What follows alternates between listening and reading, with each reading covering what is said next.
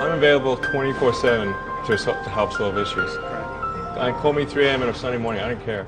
A cross-pollination of Thomas Edison and Tony Stark, Elon Musk. Were you a little naive when you thought I can easily build an electric car and a rocket? I didn't think it would be easy. Like I said, I thought they would probably fail. But you know, like creating a company is almost like having a child. So it's sort of like, how do you say your child should not have food? So once you have the company, you have to feed it and nurse it and take care of it, even if it ruins you. Yeah.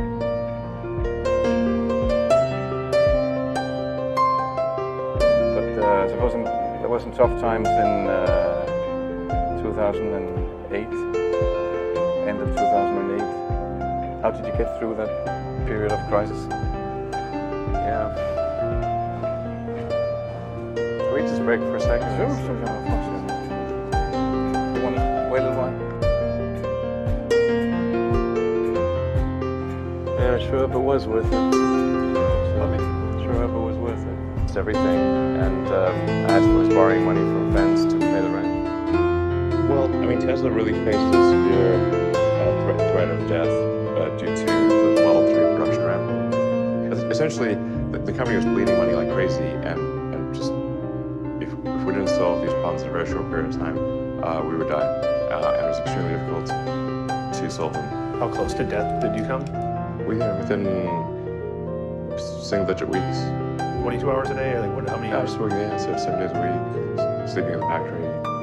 I worked in the paint shop, general assembly, body shop. You ever worry about yourself imploding? Like it's just too much? Absolutely. No one should put this many hours into work. This is not good.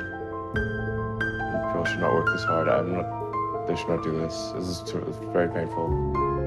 Painful in what sense? It hurts my brain and my heart. Where do you come up with your best ideas? Are you on vacation, or are you kind of just like in the middle of the night you wake up and start drawing things down? Or You know, this sounds really cliche, but like the shower is probably like wake up and go to shower in the morning. And I think actually what's really happened is kind of stuff is percolated in the subconscious. Right. And it's not really occurring in the shower, but you're kind of getting the results of last night's computation, basically. Right. Whatever area that you get into, given that even if you're the best, there's always a chance of failure. So I think it's important that you really like whatever you're doing. If you don't like it, life is too short. I'd say, and also if you like what you're doing, you think about it even when you're not working. I mean, it's something that your mind is drawn to, and if you don't like it, you just really can't make it work, I think. When you had that third failure in a row, did you think, I need to pack this in? Never. Why not? I don't ever give up. I mean, I'd have to be dead or completely incapacitated. Starting a business, I'd say, number one is have a high pain threshold. That's it. There's a friend of mine who's got a good saying, which is that starting a company is like eating glass and staring into the abyss. Okay, that's generally what happens, because when you first start a company, there's lots of optimism and things are great, and then so happiness at first is high. Then you encounter all sorts of issues, and happiness will steadily decline, and then you'll go through a whole world of hurt. And then eventually, if you succeed, and in most cases you will not succeed, and Tesla almost didn't succeed, came very close to failure. Then if you succeed, then after a long time you will finally get back to happiness. I think too is you've got to make sure that whatever you're doing is a great product or service. It has to be really great. And I go back to what I was saying earlier, where if you're a new company, I mean, unless it's like some new industry or new market that, if it's an untapped market, then you have more ability to, the standard is lower for your product or service. But if you're entering anything where there's an existing marketplace against large entrenched competitors, then your product or service needs to be much better than theirs. It can't be a little bit better, because then you put yourself in the shoes of the consumer and they say, why would you buy it as a consumer? You're always going to buy the trusted brand unless there's a big difference. So a lot of times, entrepreneur will come up with something which is only slightly better. And it can't just be slightly better. It's got to be a lot better. Number 3, I'd say, is constantly seek criticism.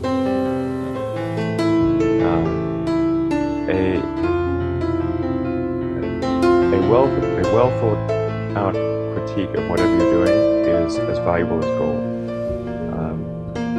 And you should seek that from everyone you can, but particularly your friends.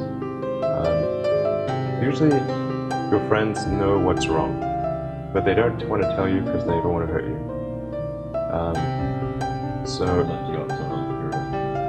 So they'll say, oh, I wouldn't encourage my friend, so I'm not going to tell him what I think is wrong with this product.